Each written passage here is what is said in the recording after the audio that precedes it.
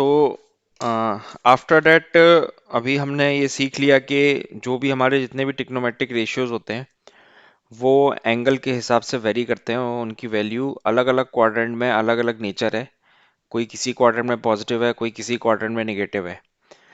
अब देखिए जो हमारे ट्रिग्नोमेट्रिक रेशियोज हैं, जो हमारे 6 ट्रिग्नोमेट्रिक रेशियोज हैं, इनकी कुछ स्टैंडर्ड वैल्यूज होती हैं।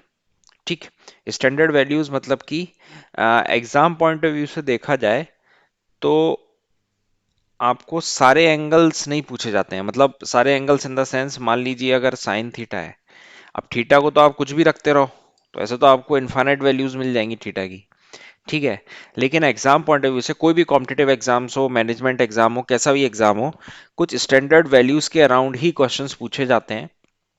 तो वो हम स्टैंडर्ड वैल्यूज अगर हम डायरेक्टली याद रखेंगे तो हमें काफी हेल्प मिलेगी कैलकुलेशन पॉइंट ऑफ व्यू से भी और problem solving skills point of view से भी।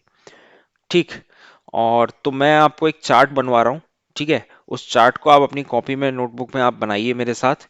और वो जो वैल्यूज हैं उनको एकदम आपको कंठस्थ करना है, एकदम आपको अपने दिमाग में उसे फीड करना है। ठीक है। जिन जो लोग पहली बार पढ़ रहे हैं उनको हो सकता है थोड़ा पहली बार में नहीं समझ में आए, कोई दिक्कत नहीं है। हम जब सवाल करेंगे तो आप बार बार उन वैल्यूज को यूज करोगे तो आपको एकदम वो दिमाग में बैठ जाएंगी, तो घबराने वाली कोई ऐसी बात नहीं है। पर वो वैल्यूज काफी ज्यादा इंपॉर्टेंट है। वो कुछ स्पेसिफिक एंगल्स हैं, है ना, और उसके रिस्पेक्ट में, जैसे थीटा इक्वल टू कोई अल्फा डिग्री है। अब अल्फा डिग्री पे मैं आपको सारे 6 ट्रिग्नोमेट्रिक रेशियोज की वैल्यू बताऊंगा। ठीक है। तो उस चार्ट को जरा आप बनाते हैं हम, और आप उसको बार बार फिर रिवाइज कीजिएगा। ठीक है। तो एक बार हम बना लेते हैं। पहले हम लिखते हैं the trigonometric ratio sine, cos, tan, cot, sec and cosec. ठीक है। ये हमने बना लिया।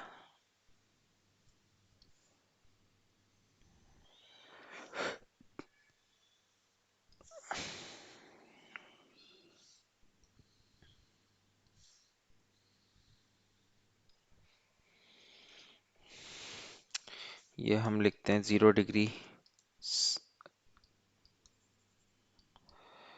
ठीक है। ये कुछ स्टैंडर्ड एंगल्स हैं।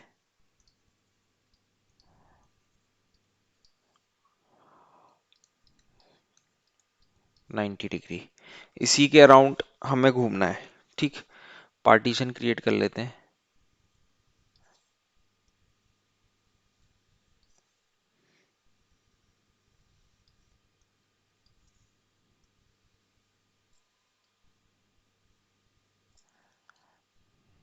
ठीक।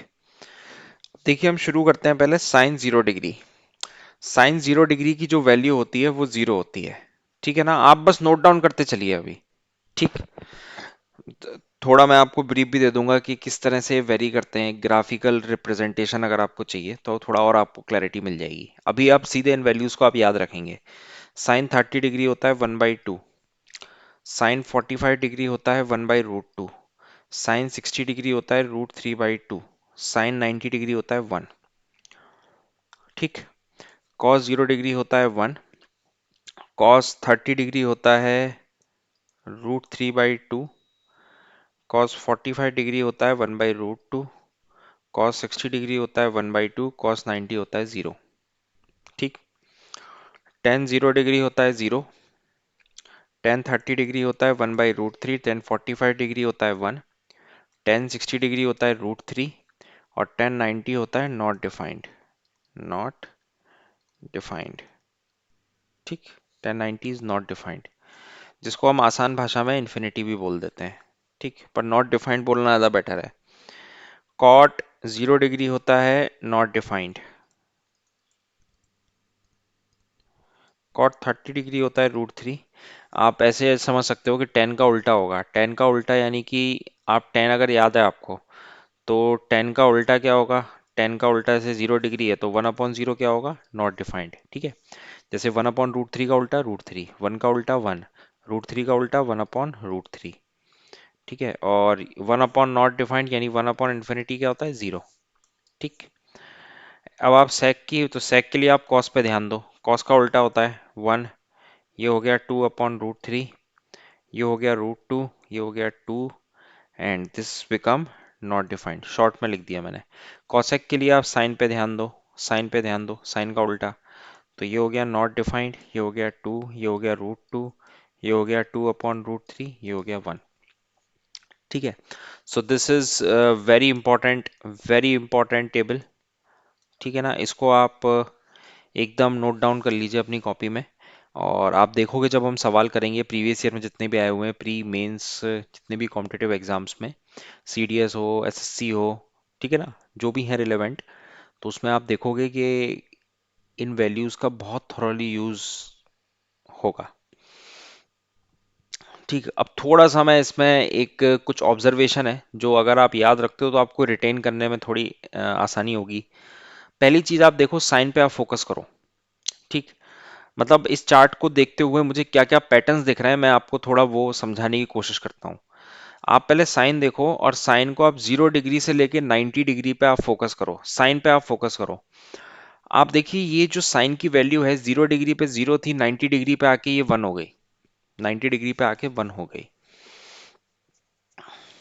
ठीक, तो हमें एक चीज से पता चल रही है कि साइन की वैल्यू बढ़ती जा रही है। आप समझो पहले साइन की वैल्यू 0 थी, फिर 0.5 हुई, फिर 1/√2 टाइम्स कुछ हुई, फिर ऐसे बढ़ते बढ़ते वो 1 तक जा रही है। ठीक है, वहीं अगर आप कॉस का देखोगे तो कॉस की वैल्यू 1 से शुरू हुई और 90 तक जा रही है। 0 डिग्री से अगर 90 का मैं पैटर्न देखूं तो कॉस घट रहा है। तो इसका मतलब मैं एक बेसिक कॉमन सेंस अगर मैं लगाऊं तो मुझे ये समझ में आ रहा है कि अगर 0 डिग्री से 90 डिग्री में साइन की वैल्यू बढ़ती है और वहीं 0 डिग्री से 90 डिग्री में कॉस की वैल्यू घटती है। अब ऐसे ही अगर आप 10 पे आओ, 10 पे आप देख रहे हो कि 1090 नॉट डिफाइंड हो जा रहा है, मतलब इन्फिनिटी हो जा रहा है। इसका मतलब मैं ये बोल पाऊंगा कि 10 की जो वैल्यू है 0 डिग्री से 90 डिग्री में, वो क्या करेगी, इंक्रीज करेगी। और कॉट क्या करेगा, कॉट क्योंकि उसका रेसिप्रोकल है तो कॉट घटेगा। आप देखो कॉट घट भी रहा है, कॉट 0 डिग्री पे नॉट डिफाइंड हो रहा था, मतलब 0 डिग्री पे कॉट की वैल्यू बहुत ज्यादा थी और 90 डिग्री पे आते आते वो जीरो हो गई। अब हम सेक पे बात करते हैं। सेक की जो वैल्यू आप देख रहे होगे, कॉस की वैल्यू क्योंकि घटती है, कॉस की वैल्यू क्या होती है, घटती है। 0 से 90 के बीच में 90 पे वो जीरो ले रहा है, 0 डिग्री पे 1 ले रहा है, तो सेक क्या करेगा, सेक बढ़ेगा क्योंकि रेसिप्रोकल है एक दूसरे के। और आप देखो सेक बढ़ भी रहा है, 0 डिग्री पे 1 था और यहां पहुंचते पहुंचते वो इन्फिनिटी या नॉट डिफाइंड तक पहुंच रहा है। सेम चीज अगर आप कॉसेक पे ध्यान दोगे, सेम चीज अगर आप कॉसेक पे ध्यान दोगे तो आपको साइन पे आप ध्यान दो। साइन क्योंकि बढ़ रहा था मेरा 0 से 90 के बीच में, लेकिन कॉसेक क्या हुआ, कॉसेक मेरा घटता गया। आप सोचो नॉट नॉट डिफाइंड से ये शुरू हुआ था, यानी इन्फिनिटी से एक तरह से ये शुरू हुआ था और ये अब आके 1 पे आ गया। ठीक है, तो ये एक बेसिक बेसिक पैटर्न है जो आपको समझ में आना चाहिए। क्यों मैं इसके बारे में बोल रहा हूं आपको, अभी हम जब सवाल करेंगे तब आपको समझ में आएगा कि आपको ये थोड़ा सा एक बेसिक आइडिया पता लगना चाहिए। सवाल देखिए, जैसे एक सैंपल में एक एग्जांपल दे देता हूँ आपको छोटा सा यहीं पर ही। जैसे आपसे पूछ लिया जाए कि sine 57 degree and cos 57 degree में बड़ा कौन सा है, ये बताइए। तो आपके माइंड में तुरंत ये थोड़ा पैटर्न एक आना चाहिए कि 0 से 90 डिग्री के बीच में हमने ये पढ़ा था कि साइन की वैल्यू बढ़ती है और कॉस की वैल्यू घटती है। ठीक है, अब जब 0 से 90 के बीच में साइन बढ़ रहा है और कॉस घट रहा है, इसका मतलब ये हुआ कि साइन 57 की वैल्यू ज्यादा होगी। समझ रहे हो, जस्ट आप एक पैटर्न को देखकर एक टेबल को अपना कॉमन सेंस लगा के आप आंसर टिक कर सकते हो। ठीक है, ऐसे एक दो क्वेश्चंस आए हुए हैं पेपर में जो हम डिस्कस करेंगे आगे।